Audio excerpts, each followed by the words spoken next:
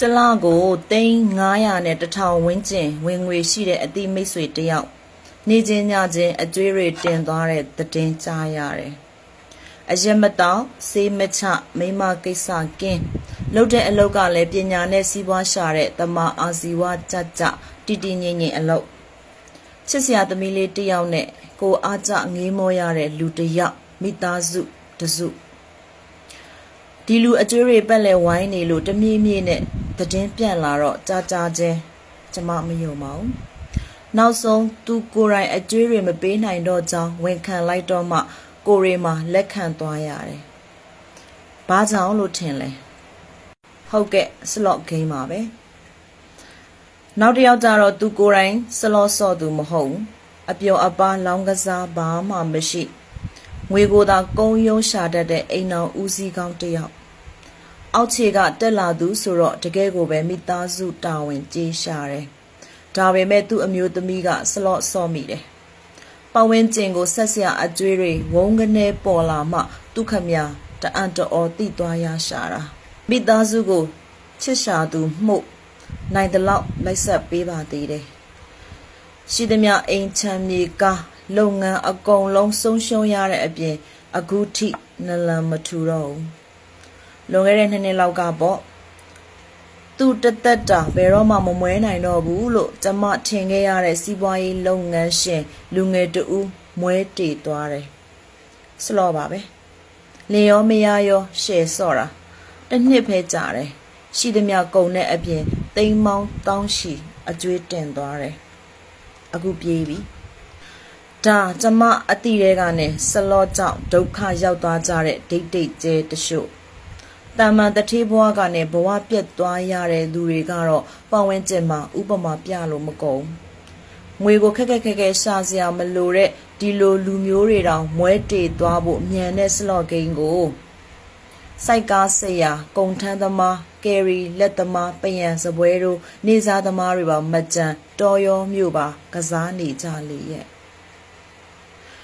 သူတို့ကိုစလော့မစော့နဲ့လို့တွားမတားရင်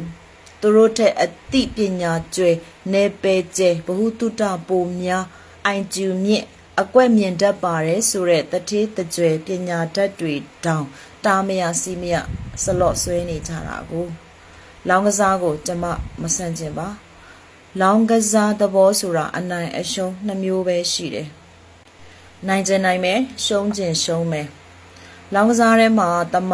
တ်အကြဆုံးဟာဘောလုံးပွဲလို့အများကသတ်မှတ်ကြလေရဲ့ဒိုင်ကကြေးဖွင့်တယ်အားနေတဲ့အသင်းကိုအားကြီးတဲ့အသင်းကဂိုးကြောပေးတာပေါ့ဒါထုံးစံဒိုင်ကကြေးဖွင့်ပေမဲ့သူနေရာကောင်းမယူထိုးသားကိုဦးစားပေးတယ်ထိုးသားဘယ်ဘက်နေရတယ်ဒါဟာဘောလုံးပွဲရဲ့တမာတိပဲဒိုင်ကတော့ကျွေးဖွင့်ပြီးဟိမင်းတို့လောင်းကျင်လားနေကျင်တဲ့ဘက်ကနေတိတ်တရားမျှတာတယ်ဟုတ်ကဲ့အဲ့ဒီလိုနှစ်သင်းနဲ့ရွေးရပြီးဘယ်ဘက်ကနေလို့ရတဲ့ဘောလုံးပွဲမှာတော့ထိုးသားနိုင်အောင်မလောင်းနိုင်အကောက်ဆိုတဲ့900ခိုင်နှုန်းနဲ့ဒိုင်ကအနှာတပြားအသာယူထားတာ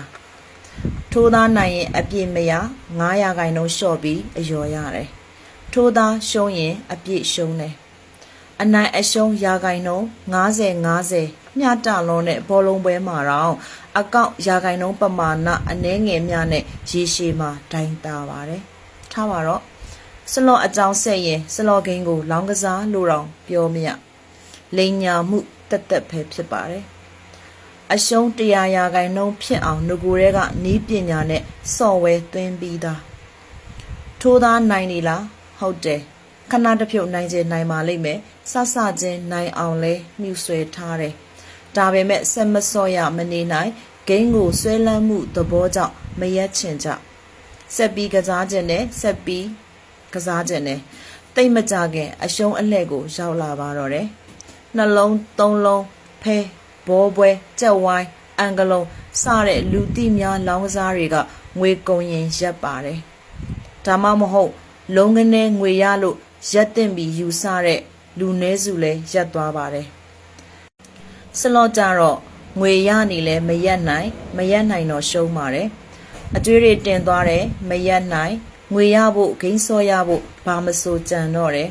ဒူးစရိုက်မှုတွေကျူးလွန်ဖို့ဝင်မလေးစလော့ဂိမ်းတွေရဲ့သဘောကိုကလောင်းကစားဆွဲလန်းမှုမှာဂိမ်းဆွဲလန်းမှုကိုထပ်ဆင့်ပေါင်းထားတာဖြစ်လို့လူစိတ်ကလုံးဝမရက်ချင်မရက်နိုင်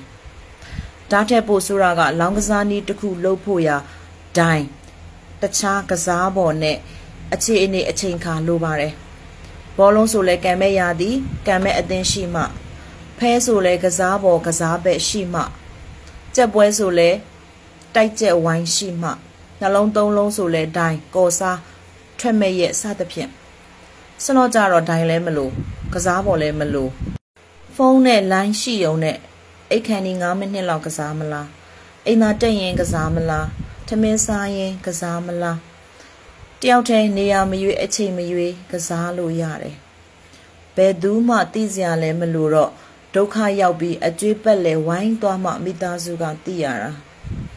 စလော့ဂိမ်းကိုဘွဲ့ပေးရမယ်ဆိုရင်ဘက်ပေါင်းစုံကပြည့်စုံနေတဲ့မွဲစည်းကြီးလို့သာအမည်ပေးလိုက်ရှင်တယ်